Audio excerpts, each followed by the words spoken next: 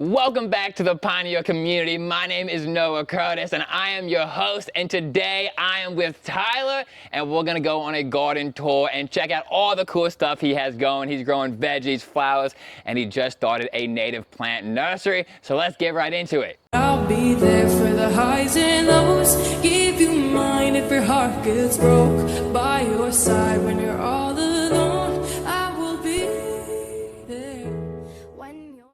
All right, so we are with Tyler, and the first question I'm gonna start asking everybody is, why did you get into gardening, or how did you get into gardening, and why do you garden? So for me, I have never not gardened. I grew up gardening. My dad was an avid gardener. So from day one, I've been gardening. I grew up actually gardening, market gardening at a larger scale to sell at farmers markets. I worked on a blueberry farm for many years. So this is kind of ingrained in like me, in my kind of identity as a gardener. So I didn't come to gardening late in life. It wasn't something that I kind of like dabbled with, hanging out with the grandma. I think a lot of people have those kind of stories, that maybe their parents didn't garden, but they had someone. No, I've never not gardened. Nice. Awesome. So let's just get Let's just get started. This is the initial, I guess, area of your garden. Yeah, and what do you got going on here? Yes, this is the new plot. So this is new for this year. This is a 15 by 25 foot area that I have peppers in here right now, an eggplant, some basil. I have some roselle, the hibiscus to make the hibiscus tea.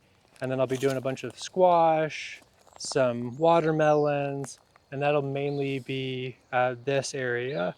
I prepped this area last fall, and there was an old septic tank that was here that we had crushed in, filled in. I graded this, and then I seeded with a cover crop mix that I grew through the winter, terminated that in the spring, did a silage tarp to kill that off. I wish I'd spent a little bit more time because I do have some crabgrass coming up, so I'll probably be battling that this year. So for this, I'll try to maybe terminate things earlier, and I will actually do a silage tarp starting late fall, all winter, and then probably not pull it because the beds are established, probably not pull that until May of next year to really try to like knock that crabgrass out. And how did you get started? Is this a no-dig, or did you till this initially? Yeah, so this is no-till. All my gardens are no-till, or if very minimal, till once and then be done. So these, established beds that I terminated that cover crop with that big tarp, which is actually all folded up over there. That's a 40 by 50 foot silage tarp, which is really just like a glorified piece of heavy plastic. So I did that to kill everything in the area, and then once I had a blank slate, kind of just laid out, did my beds where I topped that with about 3 inches of compost, and then in my aisles I have wood chips that I got from a chip drop. Okay, sweet. And for the people that are new into gardening, why no dig? Like, what's the purpose? Yeah, so every time you're turning over the soil, one of the worst things for gardeners, people always complain about the weeds in their garden.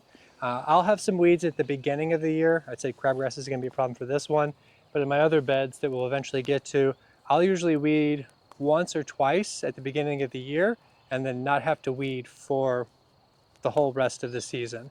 Because I'm not tilling, I'm not turning over the seed bed. Those weed seeds are sitting in there active, and they sprout whenever there is any sort of disturbance, where they're brought up to the soil. They've got more moisture, more light, and then they germinate. So one, you're going to cut down on that. Also, every time you turn over the soil, you're breaking up the soil structure and destroying all the microbial life that exists there. All the fungal networks and hyphae, you're pulling all the roots out of the ground. They're keeping things stable. The exudates that those roots create, which are sort of nutrient signals to recruit those fungal networks and the beneficial bacteria, the nematodes, because it's a whole environment. In a single teaspoon of soil, you're going to have millions of organisms. So every time that you are disturbing that, you're destroying that environment. It's like clear cutting a rainforest. on a microcosm scale. Yeah, and I feel like that's like the one of the easiest things that it gets overlooked, but has like one of the biggest benefits. Yeah. Like soil health is gardening is not that like hard once you understand the soil. I feel like that's one of the biggest things, right? Yeah, and then actually we'll skip over. I tend to think of my gardens as like 1, 2, and now 3, just kind of the order that I did them in. But we'll come over to this garden, and I'm just now, today I got this electric fence that I'm installing. Let me see if we can pull this out. So a lot of people think, oh, well, I've got to till because otherwise I can't, get into my soil. It's too compacted and too heavy. These beds, once I prepared them, so I did what's called double digging. I hand dug down a foot, flipped everything over once, and that was 3 years ago, and I haven't ever dug again. So I did all this by hand. They're a 30-inch wide row, 30 feet long. I got a 18-inch, a 1.5 foot aisle here. And then once I don't step on these, I don't walk on them, put any weight on them. So this soil has just been sitting here. So I haven't tilled any of this, but look at how Easy. soft this is, that I can just dig down in here. And this is beautiful, crumbly. Looks like someone would have just tilled it, but I didn't have to do anything. And you see, there's not a lot of weeds Right, going in none here. at all, really. There's some that are popping up. I got a problem with this fun nut sedge. That is a big issue because it also sends out these little nutlets and runners. So this is probably my biggest weed, but it doesn't really compete all that much with other things. So it's not that big of a problem. It's just kind of, unsightly, I guess. Right. I found in my own garden too, like the ones I do know dig, it's a lot easier to weed. Oh yeah. The soil is just so much looser. Oh yeah, because I mean, like there's nothing like Yeah, it just pops I mean, right out. Like it hasn't we've only had 12 inches of rain crazy. for the year. It's been dry. Like in other parts where I have bare soil, like it's a rock, it's cement. But like this is just so nice and super soft. One, because I topped it with a layer of mulching compost, but all these just pull right out. If I try to do that elsewhere on my yard, there's no way. No way. It's cemented in the ground. Yeah, so we can walk around and just feel free to ask questions, point at things, be like, what's this? What are you doing here? Why are you doing that? Okay, nice. I guess this bed is looking crazy. So we can go over here. And this is, when we're shooting this, it's early, well, not really early spring, I guess, anymore, like mid-spring, late spring. We're mid-May. We're mid-May. Yeah, mid-May. So what do you have going on now? When did you plant everything? And what are some tips for these new gardeners out here? Yes, so I started planting in my garden in March. I think a lot of people in Kentucky say, oh, well, you don't start planting until Derby or after Derby. And it's like, well, yeah, for your summer crops, but all of your things like your cabbages and like everything that's in the brassica family, your carrots, your beets, your lettuces, those need to be well in the ground before Derby and get growing. And because I've got peas, I mean, lots of these. Oh, I've got some Gorgeous. lovely peas, and yeah, those have been in since probably the first week of March, maybe even the end of February. And I think that's such a big misconception for new gardeners. Yes. That they plant way too late. Like some things, your tomatoes, your peppers, your melons, yeah, those like the heat, the cucumbers, but these guys don't like the heat, and they would just bolt, really, if you planted it now. Yeah, because I've had, these have been established now, they're bolting, Right. my tatsoi, so I need to, you can eat these. Tatsoi? What is tatsoi? Tatsoi. It's I don't a know. Chinese-style cabbage. It's like a bok choy, if you're familiar with bok choy. Okay, yeah. Yeah, very, very similar. So this is tatsoi. You can eat little leafy greens, and then the whole thing, cut that up and stir fry, make a nice soup. Yeah, I've got a lot of stuff going on in here. I've got my peas in the back, Swiss chard, kohlrabi, fennel, and that tatsoi, 4 different types of lettuces. It looks like I have another type of kale, the lanceolata kale, in the back there. So that's this bed. These are radishes that I've kind of just let go. I've picked a bunch of them, but now they're also bolting. So you can also eat, the radish greens. You can also eat the seeds. They make a nice seed pod. I It's didn't know actually edible that you can stir fry. These are leeks that I planted last fall that actually overwintered. And then yeah, I've got 3 different types of beets, my lush carrots, Wow. When did you plant these carrots? sometime in March. That's looking great. What are some tips? 'Cause I feel like for people, I feel like a lot of people have problems with carrots. Yeah. So carrots, you want a nice fine soil. So if you've got rock hard heavy clay, that root is going to have trouble getting down in there. So you're going to want to amend that to add some nice organic matter to make it nice and fluffy. Some people think of adding salt. Don't do that. Salt plus clay equals cement. So you can turn it into a brick. And then what I do, I make my thin little furrow that I'm going to put my carrot seed in, drop them in there. They're just barely below the surface. And then I'll do a nice dusting, maybe of something like a seed starting mix to just barely cover them. I'll wet it down, and then I'll actually put cardboard on top and weigh that Nice. cardboard down, because you want to trap that moisture, because for the first 10 days, it's going to take about 10 days for them to germinate. They cannot dry out or they will die. Around day 7, I start checking. Once I start getting little sprouts, I'll pull it off. And then even I will put a shade cloth over it to just help trap moisture so they don't get too hot. That's smart. And every morning I'm coming out and I'm watering. I'm watering because I never want them to dry out. Then once they get about, a ½ inch tall, they start putting out some actual leaves, then they're okay. Then you don't have to water every day. You can water every 3 days or while they're still getting established. And then this bed I don't know, watered a week and a half ago. Once they're good and growing, they're fine. And I'm gonna ask you this question too about spacing, because at least in my opinion, I feel like on the back of seed packs, sometimes it says you need way more spacing than I feel like you actually do. And I feel like, especially with your lettuce over here, that's probably a lot closer than like the seed pack would say, but it's looking really good. Yes, definitely closer than on the row. So your in-row spacing, those tend to be maybe more correct. You can squeeze a little bit more in there, but then it'll say like this, it might say, okay, your lettuces, you want them to be every 6 to 8 inches, which the center of these probably are about 6 to 8 inches.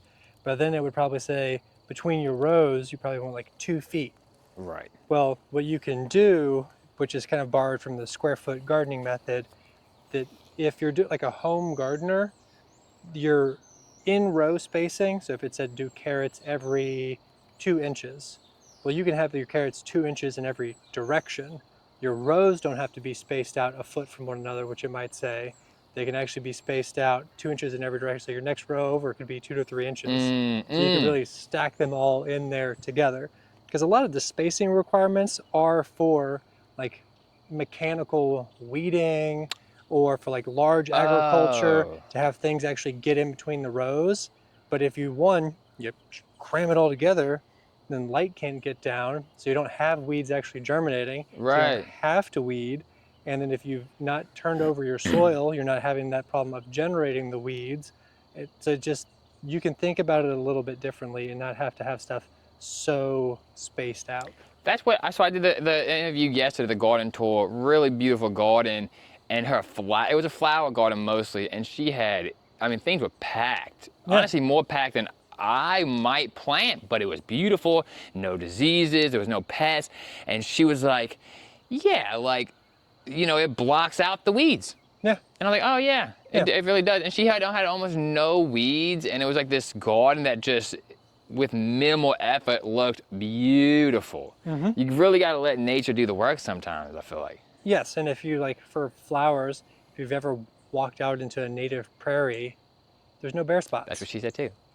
She said the same thing. She said, look at nature. Yeah. Yeah. Yeah. Nature nature abhors a vacuum.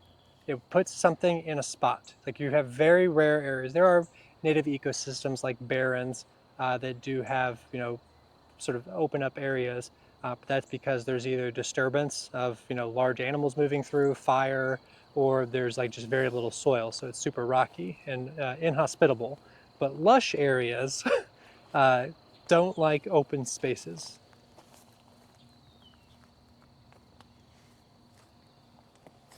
Nice. Okay, so what do you have going on right here?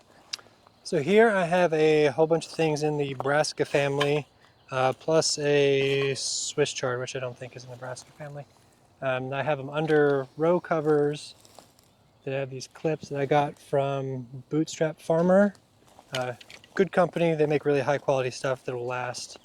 And I got a hoop bender that I borrowed from the Soil and Water Conservation District. So if you're in Louisville, we, I'm on the board, have 2 hoop benders that you can borrow and then bend your own hoops from metal conduit. I turn this one around to put over row covers. We actually did a class on row covers. There.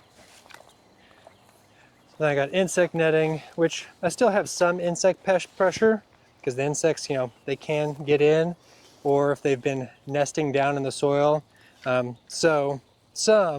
But I have a really bad problem with harlequin bugs. If I don't cover my stuff, like they're just full. And actually, the end of the winter, I had overwintered a bunch of stuff, which was great, but also I harbored a whole bunch of those insects because they also overwintered, kept all the plants alive, also kept all the insects alive. So what I did for those beds, those were back there, I pulled everything out and shoved it all in a black trash bag, insects included, and just left it out in the sun for like a month, and it cooked and it smelled horrible and it was disgusting, but it gave me a clean slate. And then I can compost all that broken down matter and pour that out. So for people that don't know what overwintering is, it's like a lot of new gardeners, you're basically just saying that a lot of this stuff was in the ground over winter, right? Yeah. So I'll grow kale. This curly kale is super winter hardy. That almost you don't even actually need any covering. There's a lot of stuff that'll do really, really well over winter. Like this kale did, some of those big spinaches back there that are now bolting and gonna go to seed, those overwintered. I have this sorrel right here that overwintered is now flowering, which I wonder if you can eat the flowers. Nope. Hey, you gotta try different stuff in gardening. Yeah, wouldn't recommend that. Oh yeah. These are actually really beautiful. Yeah, my cilantro. Oh, that's wow, you got a lot of cilantro. What do you use all that for? Well, mainly this bed right here. I'm gonna die from the eating sorrel leaf flower. This bed gets too much shade. So this was the one thing that we grow here. I actually didn't plant any that's actually currently here. This is all just reseeded from stuff that I planted 2 years ago. Wow. So this is just now my cilantro bed because it grows here. So this is where I keep my cilantro. And then I did stick a Japanese mustard back in there. And it's that red vein. Maybe there's another one too. Nice. But I will use it for salsa. When I have my tomatoes and my peppers ready. Do you preserve any of your stuff, like can it or freeze it or? Yes, all the above. So we have a big giant closet that I turned into my canning closet. So do a whole lot of tomato sauces and salsas, pickles, some peppers and cucumbers. Those are like the main things that I do. But I think we'll make some jam this year from strawberries. This is my strawberry patch. And it's doing well. Oh, nice. It's pretty well loaded. We're out here every single day. Are these ever bearing? These ones are June bearing. So this will have their main flush, so then we'll have a lot of strawberries right now. And you have a video on the canning, don't you, on your channel? I have a video of my canning closet. Oh, the canning closet? Yeah. And I'll put that up for you if you guys want to see that. He has his... I haven't done too much on canning, because for canning I'll say, follow the USDA recommended instructions. Good idea. Don't deviate. Some of the things that people post online will kill you. So yeah, go with the tried and trusted and true. You'll see people that's like, I don't need to listen to the government. I'm a rebel canner. You know, we've been doing this for, you know, centuries. And I was like, well, actually, no. Modern canning is only about a century old. It wasn't until the advent of the seals from metal and that process. So like, I don't know. Yeah, maybe your grandparents or your great grandparents canned. Right. Before that, no. They salted things. Mm. They smoked. They had root cellars. They weren't preserving food from canning. Right. Canning is Yeah. like the early 1900s. I didn't really know that Yeah. actually. So yeah, people weren't going out to the west in their covered wagons with a whole Right. bunch of stuff that Canning. they canned. Right. Didn't exist. Right. So yeah, take a second and educate yourself about canning. And then, of course, we have some more beds. There's a compost bay over there. But can we go check out your native nursery? 'Cause I think people would really like to hear about that. Yeah. Do you want to go over there into the native nursery mess, or do you want to go back here where it's like slightly more organized? What do you want to film? Let's go. But we'll head in this. All right, way. let's go see the organized. Yeah, we'll go to the organized. Yeah, this is my first year of doing the nursery, so still figuring out flow and process and where I'm staging things and growing things. Eventually I need to figure out my irrigation because going out here with the hose, at least everything are in nice neat rows here, so it's not too bad to just walk through with the hose. But yeah, these are all plants that I started from seed. Oh, Yeah, so everything out here was started from a seed, well, except the lizard's tail. The lizard's tail, those were taken from root cuttings of lizard's tail that I have on the property. And people can buy these, right? Yes. So if you're in Lure, I will put all that information down below, but you can actually purchase these and then come pick them up. Really cool. For people that don't even know what natives are, why are you so into them? And yeah, why are you so into them? Yeah, so what a native plant is, what is considered being native, is kind of at the end of the last glaciation that we had when the glaciers were receding, was it kind of present around that time? So it's, thousands of years that the plant have been here, and because they've been here, they have carved out a niche in the ecosystem where they are supporting life around them.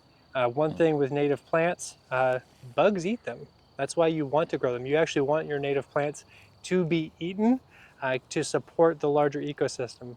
A lot of people, they like to get their exotics and their non-native plants. It's like, oh, well, bugs don't harm these. They look nice. It's like, yeah, because you're not feeding anything. You want to feed the ecosystem. You want to feed the caterpillars, because guess what eats the caterpillars? The birds. You want to feed all the baby birds. Right. You want to feed, all your lizards. You got skinks running around everywhere. Frogs, lots of snakes, which I love. I know that everybody loves snakes. Oh, I love snakes. So yeah, you want to help feed the ecosystem. So I've got, your milkweeds. I got swamp milkweed back here, and then of course butterfly milkweed, which is a fun, pretty one. Yeah, so that's why, like, I grew up gardening, but like growing food for myself, but also was a nature lover. I loved animals. Well, if I want to have animals come to my property and invite them on my property, I've got to create the ecosystem for them. I've got to make a habitable environment. And this is one thing that I can do to plant the things like a little blue stem, which will be the cover for them to hide into. Not a whole lot of things will eat little blue stem. I think I had some rabbits chomping on them, but that'll give them the cover to hide out in. And then this is a native mint right here, Virginia mountain mint, which is like a pollinator magnet. Like once it blooms, it is just buzzing with life. Nice. Like some of them, like once they're in bloom, like you just stand next to them and you can just hear the amount of things flying around it. It's just so much. It's like standing next to a beehive, if you've ever done that. Yeah, I have. I've worked some bees. It was amazing. This question might sound kind of stupid. But you know a lot more about the natives than I do. What about like you have plants like, maybe it's like zinnias. That might not be the best example. But like some of the non-natives, but I see like tons of bees and butterflies on them. Yes. Is that not supporting the ecosystem too? So when you have a pollinator or something that's feeding off a flower, you have both generalist and specialist. So the things that you will see on your zinnias will be a generalist. So like your bumblebee Bumblebee is a very promiscuous bee that it's going to be, going to anything. Kentucky has 300 plus species of bees. The vast majority of those bees only visit a handful, if not only one species. So for that bee to continue to exist and live, it needs that particular plant. So yes, you will see things, going to your non-natives. Those ones that are going to be that aren't going to be a specialist and are kind of, sometimes they may be going to it, but maybe it's like junk food for them. Like I know Okay. a Snickers isn't good for me, Right. but I'm not going to pass up a Snickers if someone wants to give me a Right. Snickers. So like that's kind of what it is. So like, yeah, they might be feeding, but is it supporting them? And also you're going to see the adults. A lot of times for, more, that you want to actually support the larval stage. So like if you put out zinnias or like Mexican sunflower is one that's not native here. It is, both zinnias and Mexican sunflower are native to North America, which is native to Mexico. You'll see the monarch feeding on those, but the monarch, to have more monarchs, you need the food for the babies. And that's where your milkweeds come in. And it's unfortunate that, it's got like a lot of the natives that farmers called them weeds.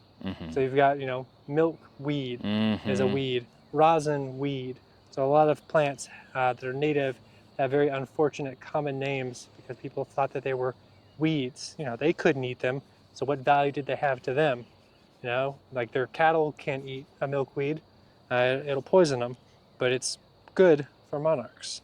And what do like the native population, like why does it even matter? Like why does the native, bees and the native the butterflies, why does like that ecosystem even matter to us as humans? Yeah, well, those bees also pollinate the food that we eat. Yes, honeybees, which are not native. Honeybees are from Europe.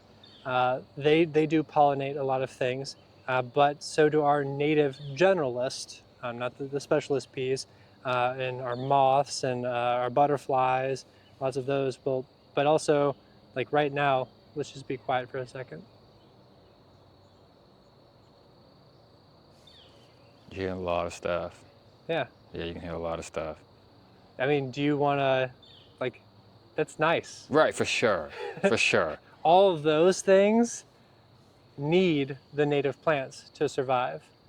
So if you want to have the bluebirds, which is, an awesome, Beautiful. awesome, beautiful bird, I have a lot of them because I have plants that attract insects. Bluebirds are insect eaters.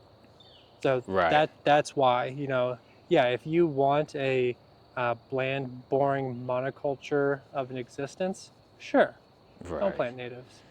Yeah, I don't think it's good for our mental health, to act like we're not a part of nature. And I think that's probably a reason why everybody's on, not the only reason, but it's probably one reason why everybody's on antidepressants these days. Is like we have disconnected ourselves so Yes. much. And I think too, when you view yourself as separate and a part of nature, you're less inclined to want to take care of nature because you and nature are two distinct separate things. Right, for sure. When you see yourself as integral and important to nature, a part of nature, not something that is like a visitor of nature or even viewing a man in a negative light of, the only thing we do is bad, maybe in Western culture, but a lot of the habitats that exist in North America were stewarded for tens of thousands of years by native people who were actively managing the forest. They weren't just forests that were growing wild that, the Native Americans were just roaming around aimlessly and picking stuff. They were actively shaping those to benefit themselves and creating the ecosystems that when, the white man came over from Europe and they was like, oh my gosh, this is beautiful, this is lush.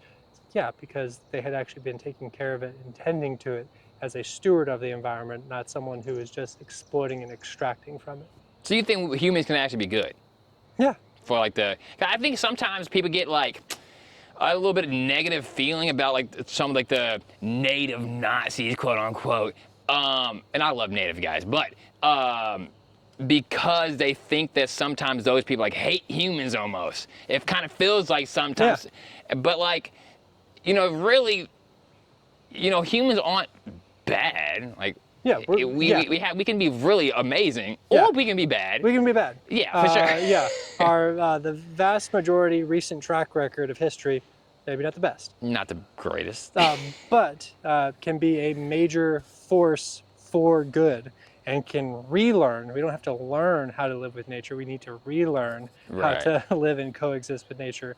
And we can be a force for good to create native spaces that benefit us, that feed us, and feed life around us. I think that's a key. Yeah, once people know that it's actually beneficial to you, it's not just, because people are always like, well, why should I even care about the ecosystem? It's like, you could not care at all, but if you care about yourself, it just makes sense. Yeah, and also like, even people who are aren't gardeners and aren't farmers, if you like eating, you like gotta the have that environment. stuff. Yeah, and we don't want, well, maybe some people do, but I really don't think that we want to keep going in this path of monocrop agriculture and just grass. And I don't hate grass or anything like that, but there's only so much you can take away, and there's only so much land you can build on before it's just gone. And that's gonna cause a lot of health problems, in my opinion. It's gonna cause a lot of, Yes. I mean, we're already seeing it. We're already seeing the health problems that we are dealing with. Well, it has been a pleasure to tour your garden. Before we go, what is one tip, the easiest tip that you can give a new gardener to garden, if they're trying to get into it? Well, I can't just give one. I mean, rapid fire, grow the things that you love to eat. Start there. Start small and manageable. A small raised bed that is maybe 4 by 3 feet is more than enough if you're just getting started. Don't start a massive garden. Start with your basic things, your tomatoes and your peppers. Those are going to be pretty easy. Lettuce, just cast some seeds. And be willing and okay to like kill plants. Like if you kill a plant, it doesn't mean that you don't have a green thumb. I have killed so many plants this year. I have been gardening, like actively gardening for 30 plus years. I kill so many plants, but I'm like, it happens. So like, don't get discouraged if you grow stuff and like it fails. I've had full crops fail. Like it's all a learning experience, and just have fun with it and just be playful. That's good. So thank you so much. Guys, if you want to check out more of him, I'll put all his info for his YouTube channel and all his socials down below. Thank you guys.